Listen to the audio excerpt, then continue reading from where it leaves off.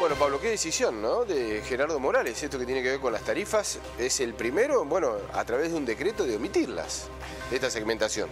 Bueno, es que el impacto se iba a ver cuando llegaran las facturas, ¿no? Para saber efectivamente cómo se iba a medir esta segmentación en el costo de la tarifa. Pero hay que decir que la segmentación es por el costo mayorista, claro, digamos, el aumento que tuvo o que dispuso el Gobierno Nacional. Y no es el único costo que tienen las facturas. Después hay un costo ligado con el contexto impositivo y el otro con las propias prestadoras del servicio en cada una de las provincias. Es un complejo detalle que a veces es muy técnico, pero que es necesario blanquear, ¿no? Porque hay que saber qué es lo que pagamos y cómo, ¿no? Aparte me parece que, a ver, es también un hecho político, ¿no? Me parece que no hay que perder de vista. Me parece que también es un hecho político de Gerardo Morales. Y sí, porque visto de esta manera es como que la culpa la tiene únicamente el Gobierno Nacional. Que puede ser una lectura, lo hemos planteado aquí claramente, hay una desigualdad, una inequidad, no puede ser que en Buenos Aires paguen mucho menos la luz que en Jujuy, por ejemplo, ¿no? Esto habla ya de una arbitrariedad, pero también es cierto que hay que ver si es un aumento del 200 y 300%, me da la sensación que no es lo que anunció el Gobierno Nacional en su momento. Bueno, ¿no? Y acá también lo que habría que ver dónde está la razón. El decreto de Morales dice porque no hay claridad de qué es lo que va a pasar. Es decir, nadie sabe cuánto se va a estar pagando, ¿no? O muy poco. Bueno, por eso la manera de visibilizar son las facturas. Ahora, si vos tenés una suba del 200 o 300%, como están denunciando en Jujuy, no sé si eso está directamente ligado con el Gobierno Nacional o con la decisión del Gobierno Nacional. Habrá que ver cómo se dan otras provincias, ¿no? Me parece que a medida que vayan llegando las facturas, ahí nos vamos a estar dando cuenta. Por ahora es la primera, Jujuy. Por ahora es la primera, a ver, de desobedecer o no acatar esta segmentación de subsidios, ¿no? Así es. Bueno, veremos cómo reaccionan el resto de las provincias y cómo reaccionan sobre todo los usuarios, ¿no? Cuando fundamentalmente, a ver si se puede pagar o no. Y las industrias también hay mucha preocupación, ¿no? Te meto en tema con otro de lo que ibas a hablar, pero digo, hay mucha preocupación en el sector industrial por el tema de cuánto va a llegar. De gas y de luz. Ni hablar. Y todo se va a trasladar. Hay un aumento que todavía no lo estamos advirtiendo ahora, pero que va a llegar en los alimentos con el dólar soja, en todos los alimentos que necesitan de los productos agropecuarios, en particular de la soja, para la alimentación. Esto va a impactar, esto ya se sabe que va a impactar. Pero también hay otro factor que tiene que ver con las tarifas, que son dos aspectos que van a presionar y mucho para la inflación de los próximos meses. Por eso decíamos, ¿no? Mientras tanto Massa en Estados Unidos, que parece que son todas buenas noticias, pero la otra agenda en la realidad también está por acá. No, la economía real está muy distante.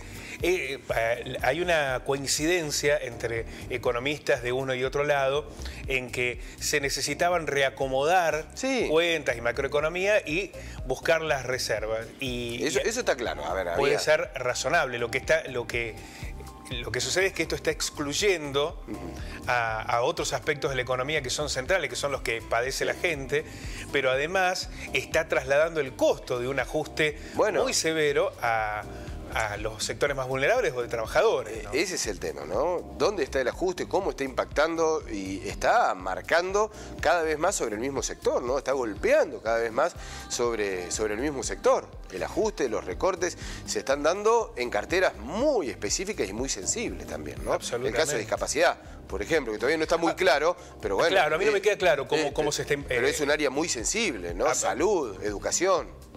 Sí, hay también algunas medidas preventivas, ¿no? De decir, ojo, no toquen acá. Porque en el caso de discapacidad todavía no ha quedado muy en claro cómo va a terminar impactando esto que desde las organizaciones señalan es un ajuste y el gobierno lo niega, ¿no? Hay que ver ahí cómo se blanquea esto. Pero es evidente que están habiendo aspectos ligados con el ajuste y con el enfriamiento de la economía como consecuencia de las medidas que se están adoptando que van a tener un impacto social. En el caso de la industria, ya desde hace un tiempo se viene observando cómo se desaceleró un crecimiento que era muy importante. En el 2021 fue muy importante, tuvo niveles muy altos.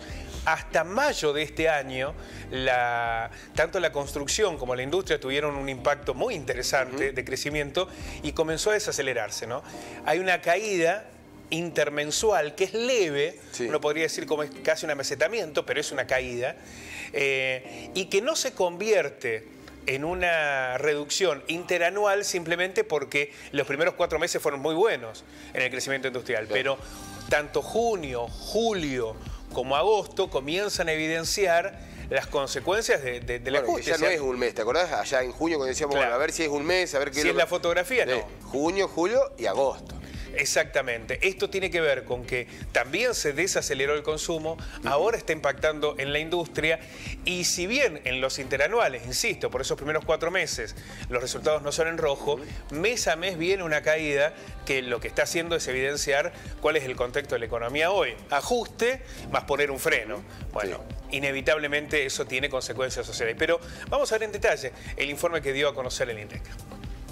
La industria se retrajo un 1,2% mensual de julio en relación a junio, según informó el INDEC.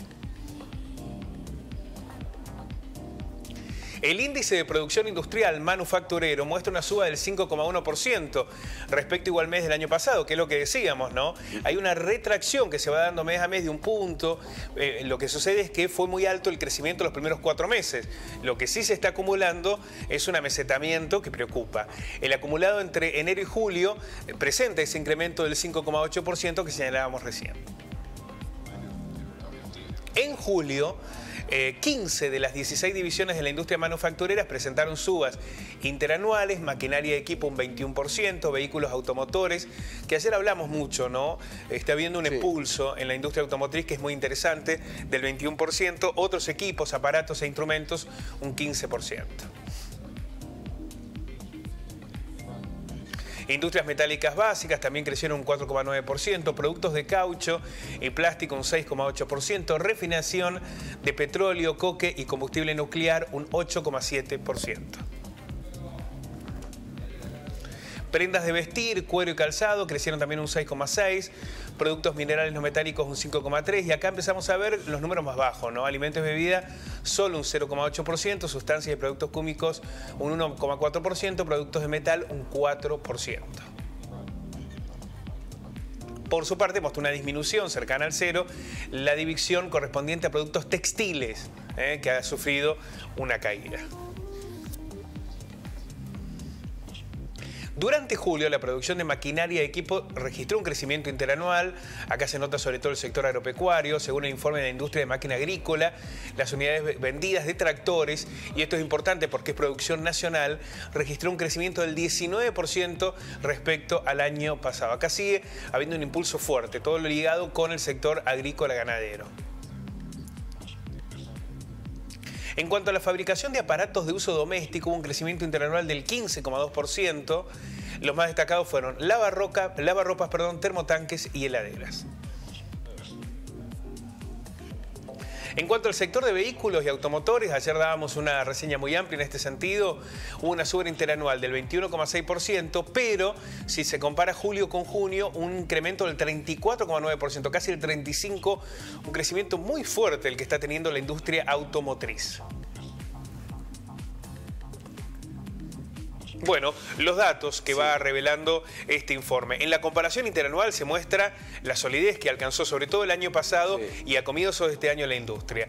En la comparación intermensual siguen sumándose meses de una caída. Leve, es verdad, pero se dejó de crecer en la industria, ¿no? Y esto irremediablemente tendrá un impacto, como muchos otros vinculados con lo que viene sucediendo con la economía desde junio.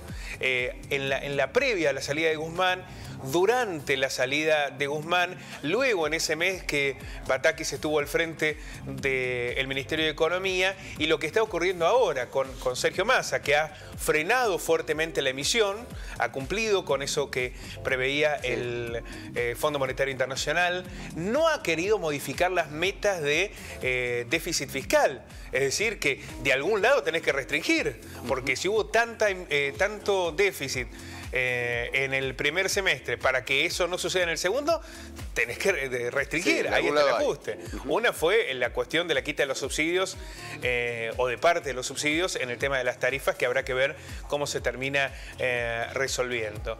Habrá también un impacto fiscal en esta medida de llevar a 200 pesos el dólar soja. El dólar soja. Bueno, son muchos los elementos que están allí en juego sobre la mesa y la realidad de cada uno de los argentinos y argentinas, que en muchos casos la están pasando mal. Gracias, Pablo. A ustedes.